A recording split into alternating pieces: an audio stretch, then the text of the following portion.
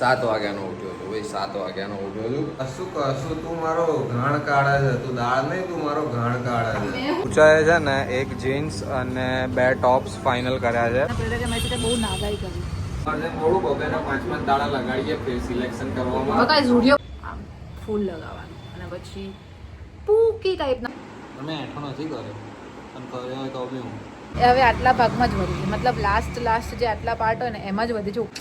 Airtel વાલો તો મેં તો દિલ તોડ દિયા યાર.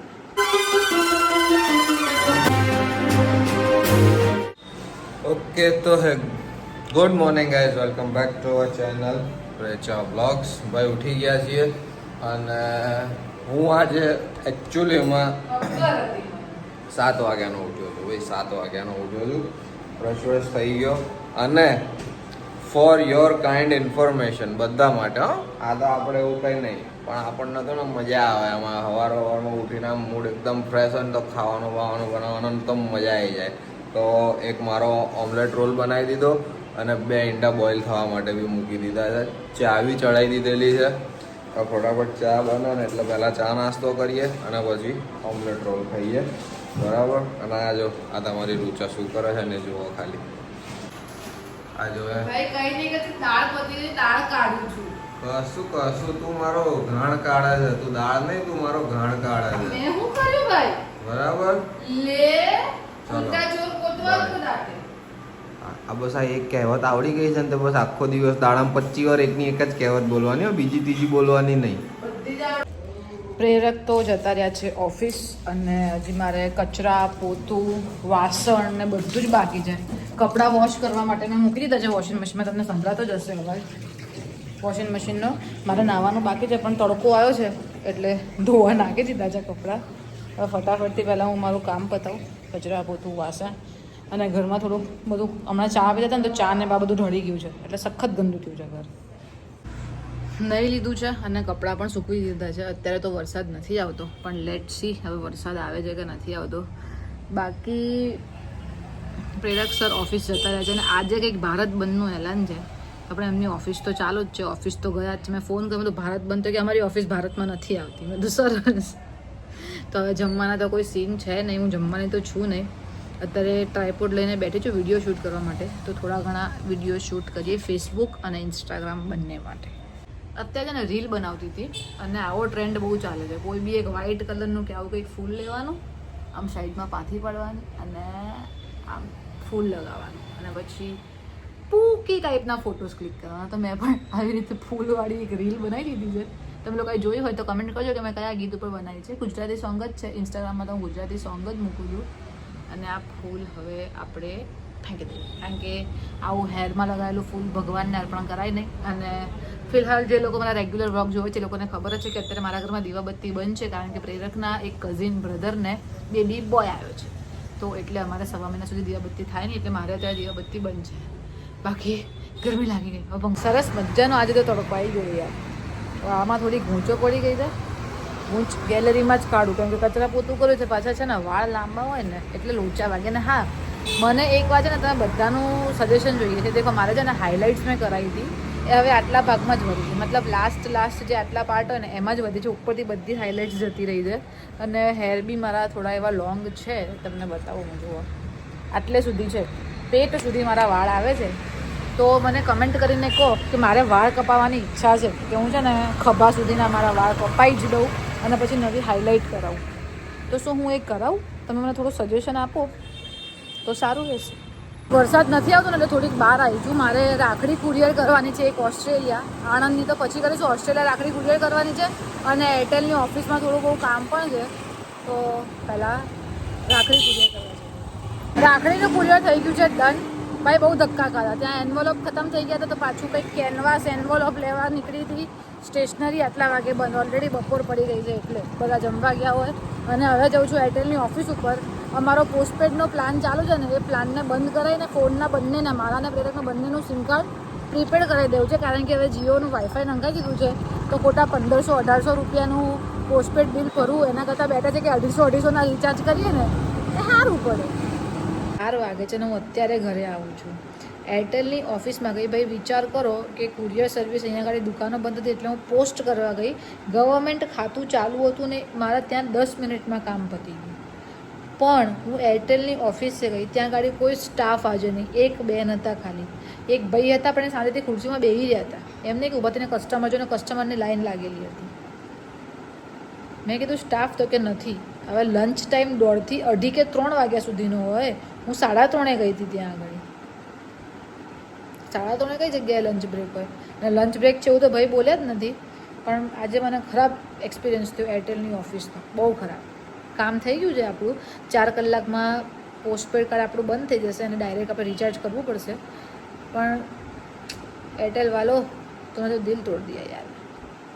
ચલો ભાઈ, આટલું બધું કામ કરીને આવ્યા તો થોડી ચા તો માંગીએ ને યાર. તો ચા પીએ, સાથે પાર્લે બિસ્કિટ ખાઈએ.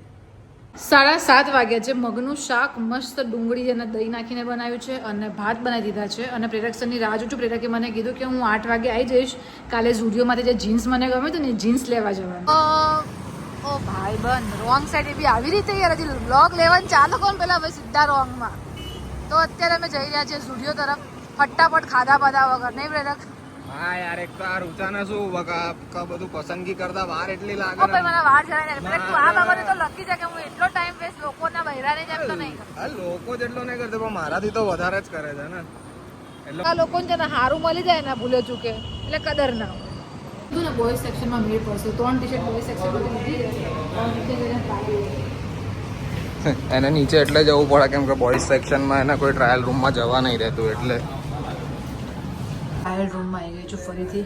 આટલા બધા એ છે ને 5 જોડી જ 5 કપડાં જ લાવવા દે તો હું 5 લાવી છું. બીજા બધા બહાર છે તો એક એક કરીને પહેરીશ. બધા તમને નહીં બતાવું, જેમાં કન્ફ્યુઝ હોય એ બતાવીશ, કાં તો સીધો ફાઇનલ પીસ બતાવીશ કે ભાઈ આ લીધો છે. This is good to go. બહુ ફાઇન લાગે છે. આ જીન્સ તો લેવાનું જ છે. દેખો પોકેટ એના આવા છે. આ તો ફાઇનલ છે, ઉપરનું ફાઇનલ કરવાનું છે. આ તો ગમ્યું આપણને બસ. પતલી બી લાગુ છે. આ પણ સરસ લાગે છે યાર. આટલા તમે કેન્સલ કરી નાખ્યા છે. 2 સારા લાગે છે, એક આ અને એક આ હતો આ 2. ચલો ભાઈ, આનો તો મને પ્રેરકે ના પાડતી હતી. આ નહીં, શૂટમાં ઉછળકૂદ કરવાની છે, તારું પેટ દેખાશે, તને જ નહીં ગમે. અને એકચ્યુઅલી મને નથી ગમતું. ઓ માય ગોડ, આ બી બહુ જ ફાઇન લાગે છે. પહેલી વખત આટલી ટી-શર્ટ મેં પહેરી છે. બાકી હું આટલું ઊંચું ક્રોપ ટોપ પહેરતી નથી. પ્રેરકને બધાય નહીં, એણે કીધું આ પણ રાખ સાઈડમાં. જો એક આપણું બોયઝ સેક્શનમાં કરાવી છું, સારું છે બટ ઓકે લાગે છે. પ્રેરકને પૂછું, ચેન્જ કરી લીધું છે. આટલા સિલેક્ટ કરે છે, આમાંથી કોઈ જીન્સ તો ફાઇનલ છે, ટોપ 1 કે 2 લઈ લઈશું અને આ ભાઈને પાછા આપી દઈએ. એ રૂચાએ છે ને એક જીન્સ અને 2 ટોપ્સ ફાઇનલ કર્યા છે.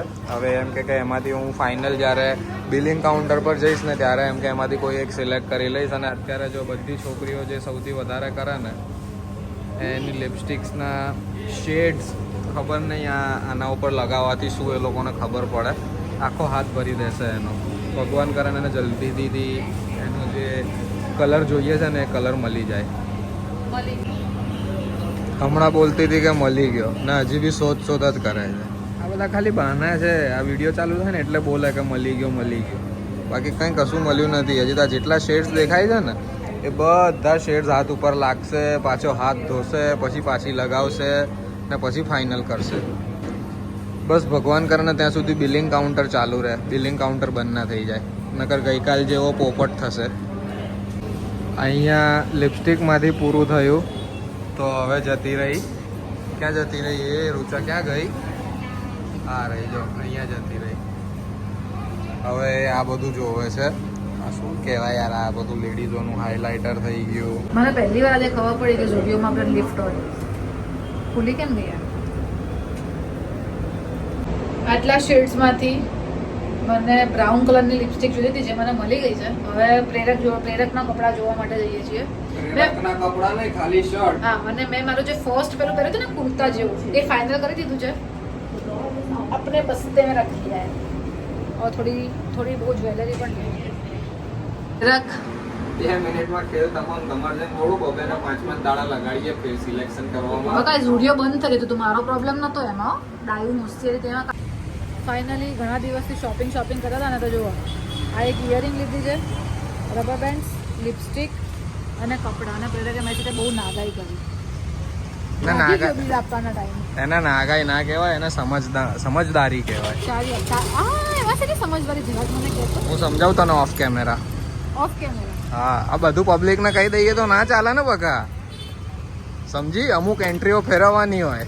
ચૂપ રે તો ને મેં લાસ્ટ વ્લોગમાં તમને કે સુમુલમાં એક કોકો ઉપર એક કોકો ફ્રી છે તો 60 રૂપિયાના 2 છે તો અમે લાયા હતા. એનો જીવ જ ના ચાલ્યો ને. છેલ્લા 3 દિવસથી મને કીધે જતી હતી કોકો પાણી જેવો કોકો છે. ખોલ્યા લે આ લઈ લે ને પાણી. કેમ તમે હેઠો નથી કર્યો પણ કર્યો હોય તો બી હું હે ને, ના મજા આવી. ના ટ્રાય કરતા આના કરતાં A1 નો કોકો આપણો સારો. તો A1 નો કોકો કેટલાનો હોય? 110 રૂપિયાનો એક કોકો આવે અને 30 નો એક કહેવાય. કંઈક તો ફરક પડે કે નહીં? ફર્ક હે